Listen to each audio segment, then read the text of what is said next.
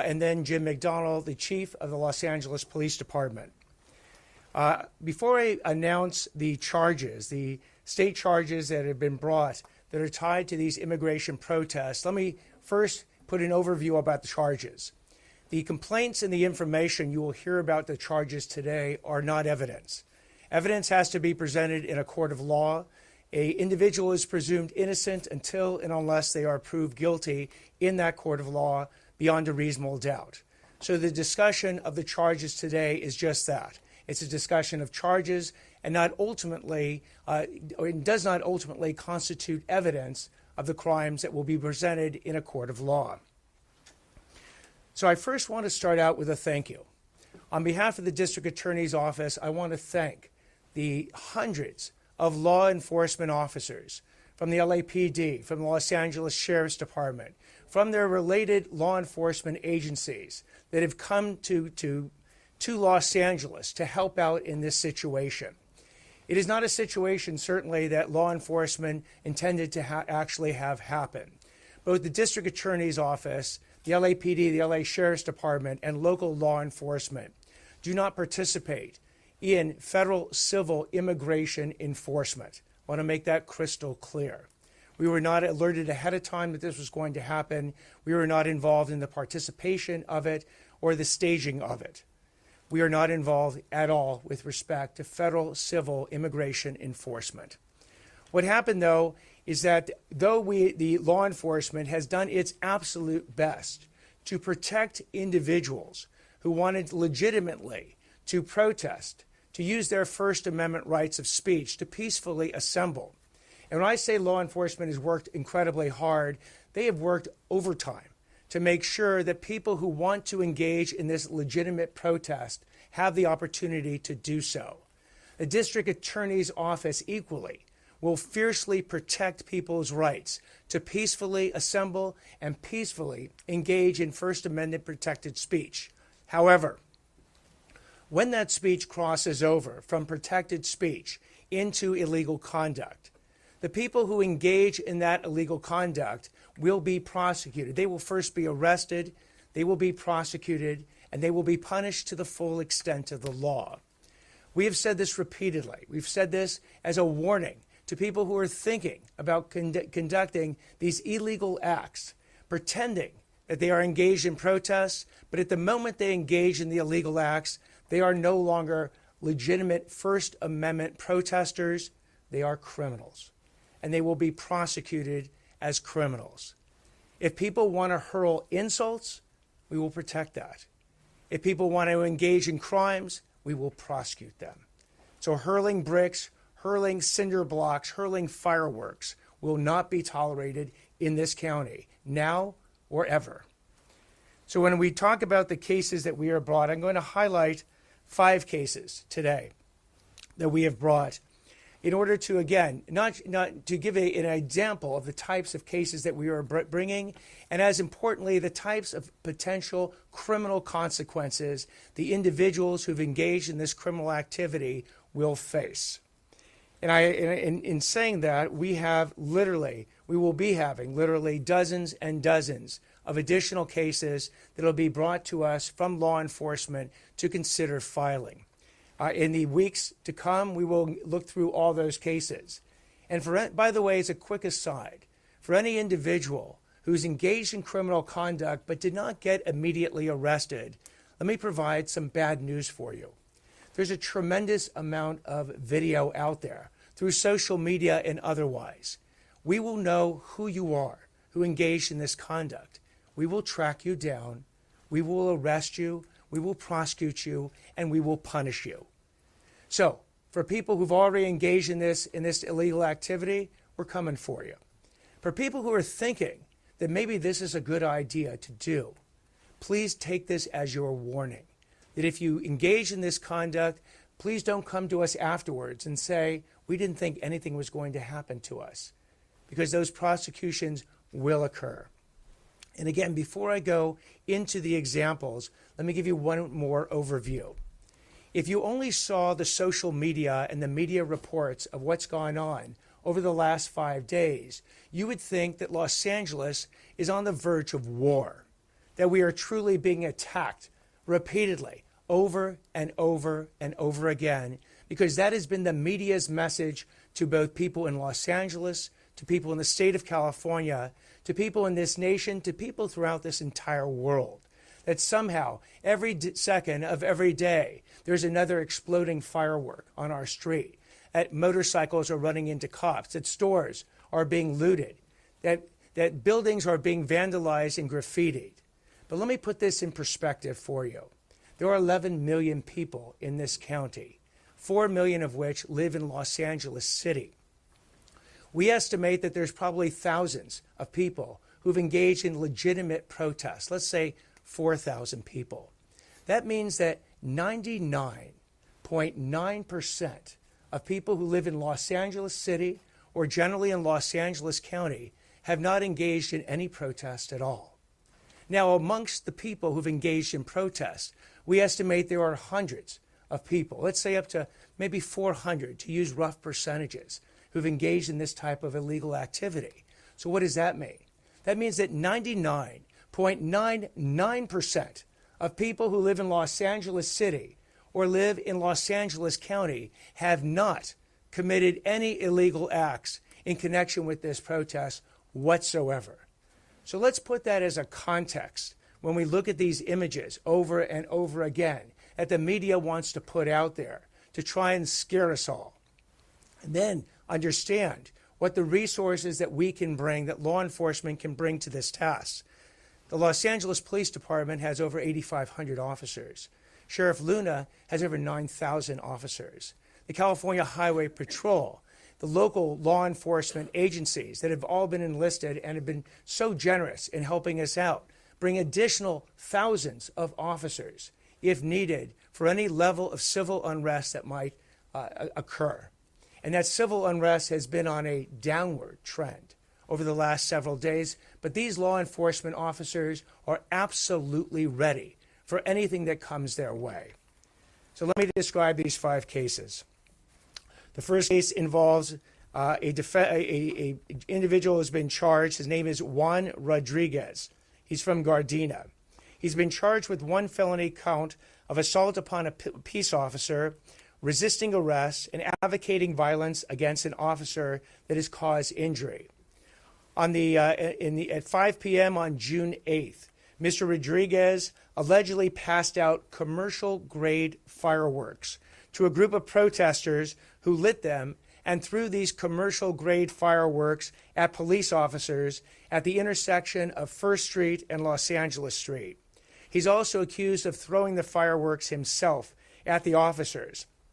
And one of these fireworks exploded and injured an officer from the exploding sparks.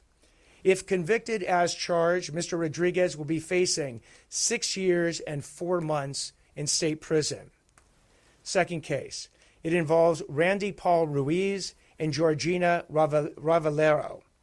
Both have been charged with 2 felony counts of assault upon a peace officer.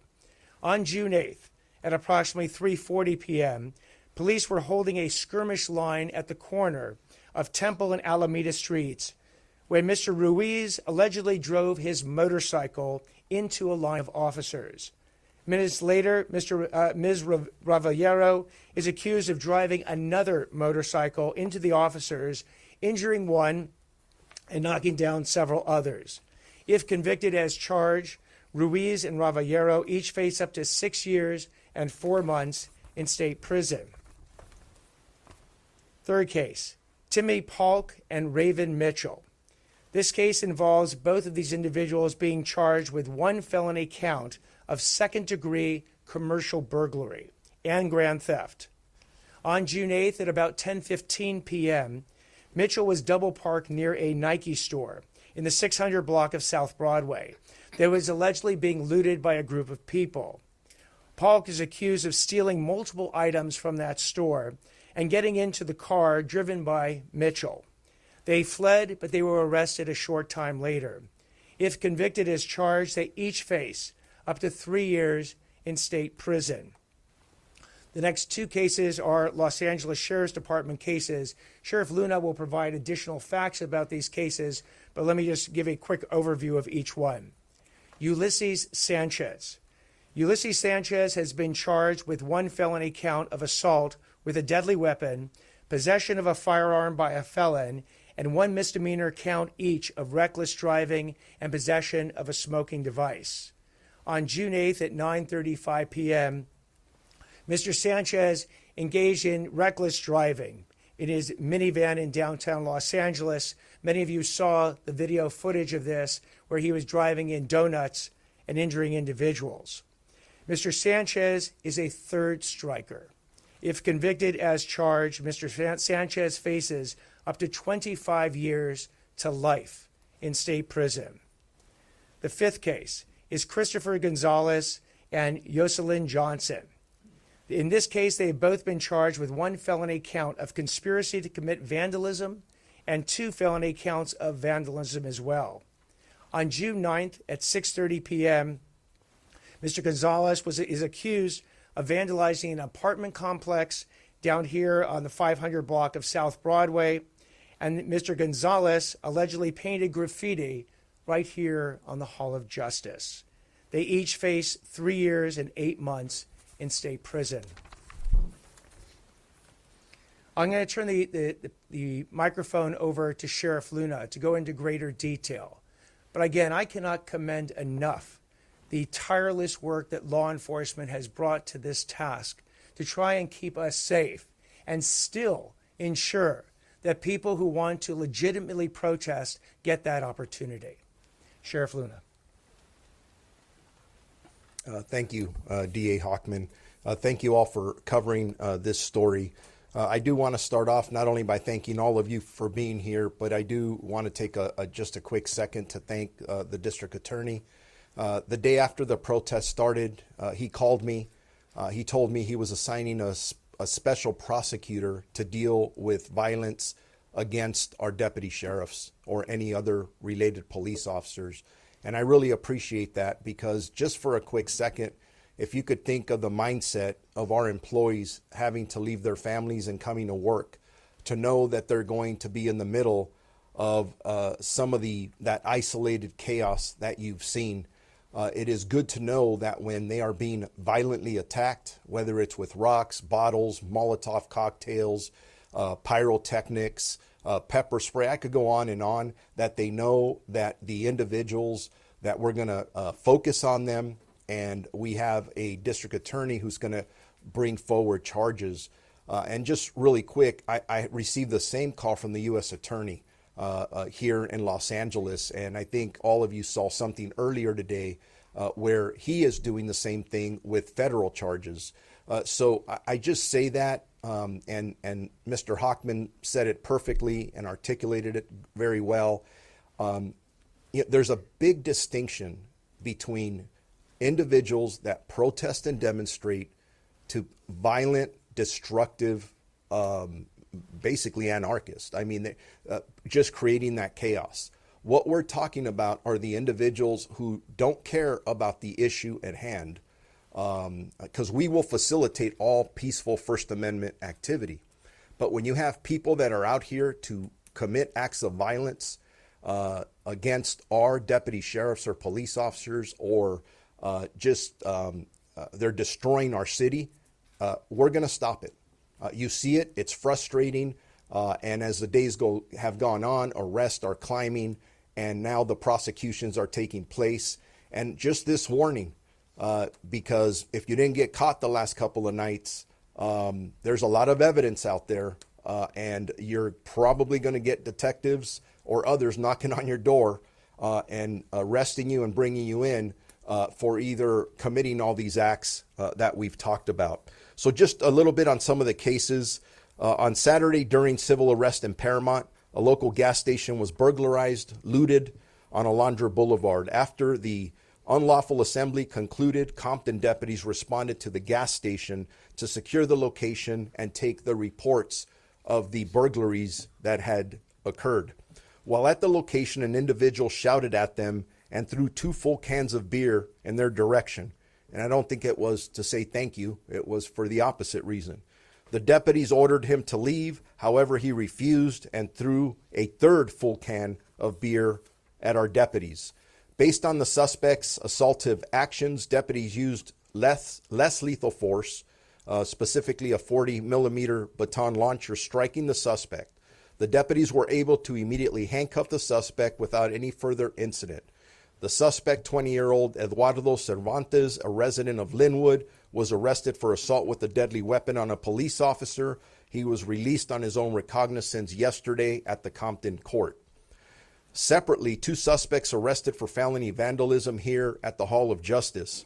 On Monday, deputies were driving in the 200 block of Temple Street near the Hall of Justice when they observed an act of vandalism in progress. They witnessed a 20-year-old Christopher Gonzalez Reese defacing the south wall of the Hall of Justice building, not with a spray can. He was literally standing there with a paint roller, a very long stick, and writing graffiti over an area measuring about 18 feet by 12.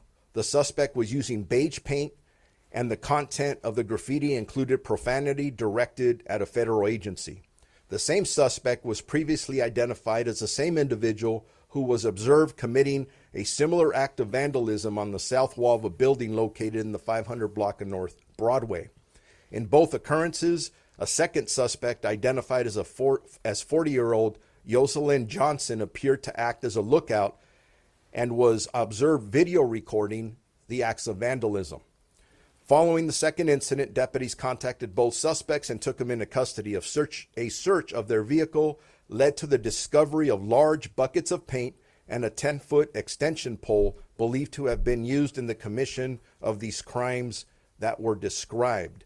Both suspects were arrested and booked on felony vandalism charges.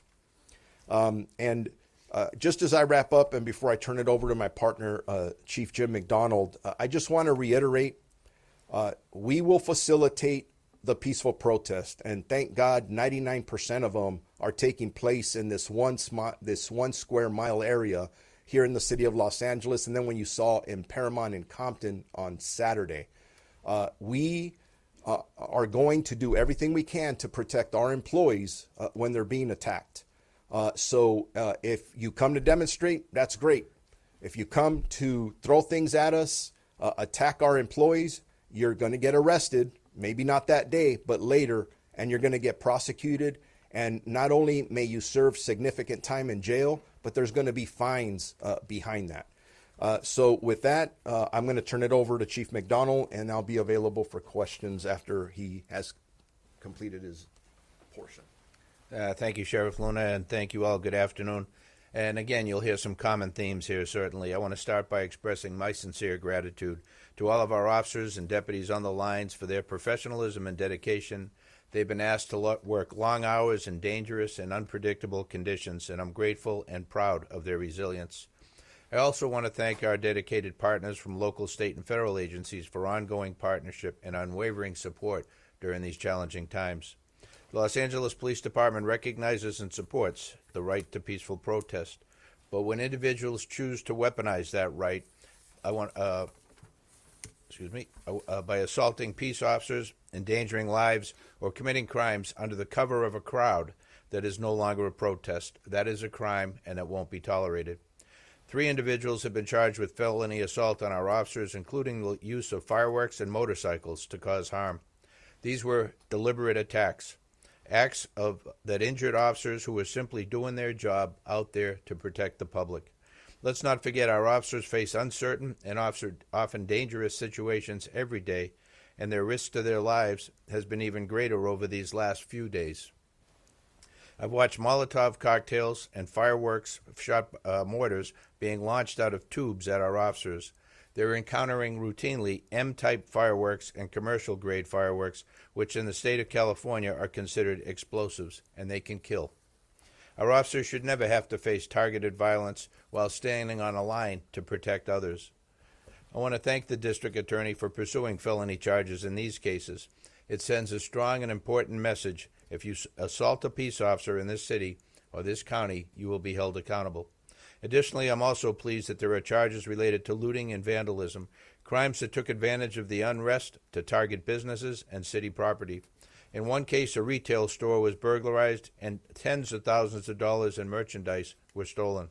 In another, graffiti was sprayed onto a historic public building while an accomplice stood watch. These crimes don't advance any cause or further any message. What they do is harm to our communities, our small businesses, and our civic institutions. The LAPD will continue to investigate all incidents thoroughly and work with our partners in the DA's office to bring every offender to justice. We remain committed to protecting First Amendment rights, restoring peace, and holding criminals accountable. I want to thank our officers, our partners in this community for their resilience and cooperation throughout this event. Thank you. And before we start with questions, I also want to thank the two members of my office that have worked around the clock to bring these charges. Alva Lynn, who's our head deputy of our charge evaluation division, and Deputy District Attorney Michael Blake of our Crimes Against Police Officers Division. Now we'll take questions. Yes. So earlier today, Major General Sherman said that National Guard members have detained some people. They've already done this and then immediately turned them over to law enforcement. Can you share a little bit about which law enforcement they went to, how many detained? We're still working out a lot of the communication and coordination with the Army, who is in charge of the Marines as well. So I don't think whether Chief McDonald or I have heard specifically about that. I'm almost positive, but there is some guessing in this, that when he's talking about law enforcement, he's talking about federal law enforcement. Because one of their missions, from what has been described to us, is other than protecting federal facilities, they are protecting federal employees or federal law enforcement. So they're going to be going out together from our limited understanding thus far, and I think that's exactly what he's talking about. Thank you. I understand most of the people arrested are not facing the serious types of felonies that you're describing. They're probably going to be referred to the city attorney for less serious failure to whatever those allegations would be. In recent history in Southern California, hundreds of people have been arrested on those allegations and protests, and then the city has made the decision not to prosecute any of them. And I'm curious if you're going to take a different position or what your thoughts are about that as it relates to the people arrested in the last few days. So you are correct that there are certain crimes committed, misdemeanor crimes committed here in Los Angeles City that would be the jurisdiction of the city attorney's office. I have spoken to the city attorney, Heidi Feldstein-Soto. She takes these crimes very seriously. I don't want to speak for her ahead of time as to the types of charges she's going to bring on these various violations. And you're right, they can, even misdemeanors can span a spectrum from failure to disperse, from violations of curfew, onto even more serious violent actions or actions involving theft. So I can tell you, having spoken to Ms. Feldstein-Soto, that she and her office will be taking these violations very seriously. I don't think we have a precedent that was set in prior protests. I will tell you from the district attorney's office, which didn't bring charges in connection with the prior protests, starting today, you've heard we are bringing these charges, felony charges. We consider the actions, particularly the actions against law enforcement, the actions against public safety, the actions defacing, as Chief McDonald said, historic buildings, extremely serious. In many ways, I've been, well, not in many ways, I've been a lifelong Angelino. I've been here over 60 years in this city and in this county. These people who want to go ahead and not protest and not engage in legitimate speech, but want to go ahead and commit crimes in our home, we're going to protect our home. We're going to make sure if someone wants to throw cinder blocks at our police officers, we're going to protect our police officers and hold those people accountable. They want to go ahead and write disgusting words all over our public buildings, we're going to go after them as well. They want to steal from our stores, we're going to hold them accountable for their actions. And that's the way I view it. That's the way the district attorney's office views it. If you want to come into our county, into our home, and commit crimes, you will be arrested, prosecuted, and punished. Two questions, if I may. The first one being, all three of you have spoken in some regard about outside agitators or anarchists, I've heard. Obviously, you also respect the rights of peaceful protesters. I'm wondering if you can provide any evidence of maybe organization from anarchists. Have you been able to trace a certain group that's behind it? Obviously, you've highlighted 5 cases of men and women doing destruction, but is there any other evidence about anarchists or people that are coming in here with organized intentions?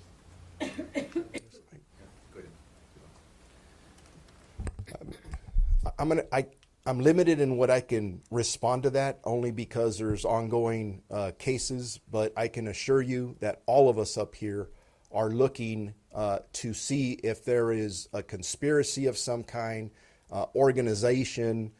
There is some evidence we've seen that I don't want to share at this time, and it's not because I don't want to talk to you about it. It's because we're focused on arresting those individuals involved and bringing the best cases forward. Some of them may be to the district attorney, but highly likely to the U.S. attorney, where we're working with some of our federal partners to look at that angle of exactly what you're asking for. Then a quick follow-up for the chief. And this is coming from somebody who's been here for several days and have watched how your law enforcement officers have conducted themselves and have used less lethal rounds, from my perspective, only after being agitated by other people throwing things. However, there is a video now circulating online of less lethal methods being used on a woman, not quite a protester, standing very close to officers, being fired at with less lethal methods. Also a caveat that we do see these police officers give her multiple warnings, but I'm wondering if you can comment on the use of those methods at such a close distance as someone that did not seem to be posing much of a threat. Yeah, I can't speak to that individual case because I'm not aware what the follow-up was. But each one of these we see generates an investigative follow-up. We will look into it thoroughly and then, look for all the video we possibly can out there, body-worn video on the officers, and then a video from the environment there, and put together as best we can what the circumstances were. Perhaps then you could speak to people out there who may not understand that a warning's a warning, or Yeah. that maybe officers would take that step. Yeah, thank you for that. The bottom line is, once we give a dispersal order, it's because things have gotten out of hand and we're trying to restore order, and you are ordered to leave that area, and the officers are going to clear that area. And some of the tactics used involve less lethal munitions, and certainly while they're way more accurate than they were in years past, certainly there's also times where they potentially hit a target that was not the intended target. So if you're in the environment and you're told to leave, please leave, because for your own safety and the safety of everyone around you. Chief, do you know what's going on in Boyle Heights? I just saw a video when I was leaving my office to get over here. There was a white car and then 2 silver cars. I think it was an SUV and a silver truck. Came up, caught off the white car, and 2 people hopped out. I mean, they looked, like they were, I couldn't tell if they were feds or local officers. Right. And then they detained that driver. Any idea what's... Yeah, I've heard about that too. I haven't been able to find out more about it at this time. I know that Hollenbeck units were dispatched to that, so once we free up here, we'll figure out what was going on out there more. Chief, and just to kind of follow up on that question, just trying to understand, does that mean that you guys have begun use of force reviews on some of these incidents? Oh yeah, whenever anything happens of significance, we start looking at it right away, try and capture all the video we can, any other evidence we can right away. We're going to take a couple more questions. There's one particular question I wanted to ask. There was an arrest of Luz Aguilar. I believe she's an aide to one of our council members. I was wondering if there was any information regarding that arrest, if there were any charges that were posted for her and her sister, Antonia Aguilar? Was it when you talked about? No. Yeah, no, I'll have to follow up with you to see what if there were charges filed or not on that one. Maybe if the sheriff could just clarify what he had said earlier to the question about the National Guard now being given authorization to detain people.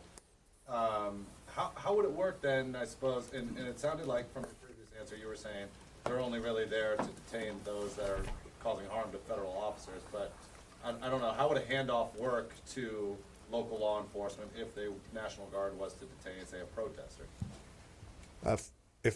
Let me clarify that. what's been communicated to me thus far, and we are asking for more specific communication from the Army, which the National Guard is falling under them now, along with the Marines, is that they've expressed to us that they have their mission is split up into 3 areas. That it is to protect federal functions, to protect federal facilities, and to protect federal personnel. And as far as I know, and again, we are all in meetings trying to increase our communication and coordination with them, so we're still asking for specific clarification. My understanding at this point is that they do not have the powers to arrest or detain.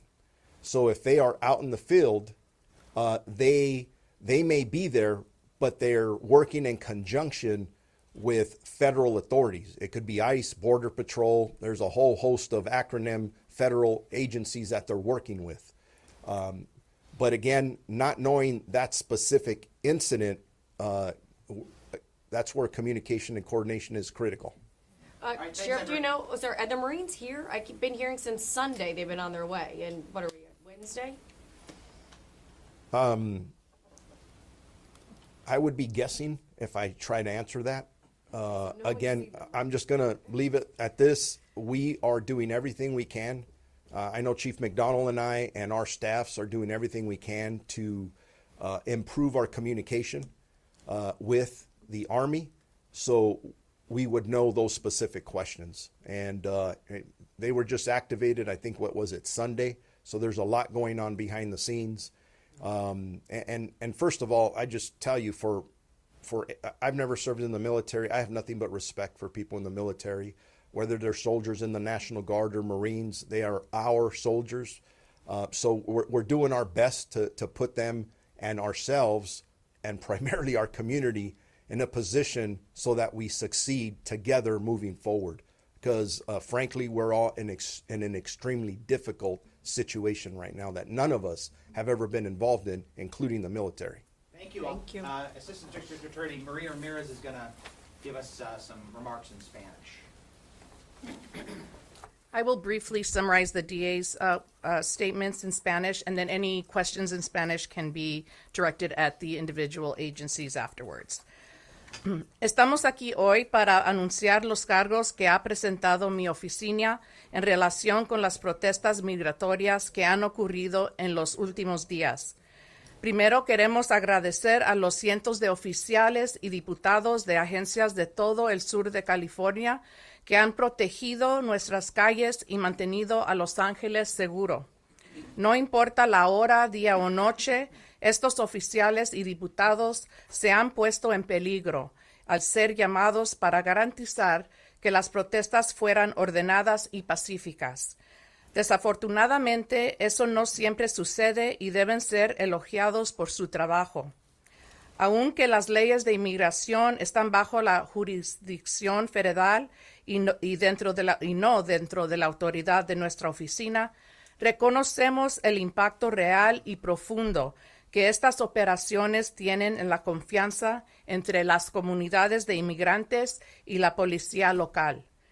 Todos en nuestro condado, sin importar dónde hayan nacido, merecen sentirse seguros al informar un crimen, solicitar ayuda si son víctimas de un crimen o participar en el sistema de justicia sin miedo a represalias o separación de sus seres queridos.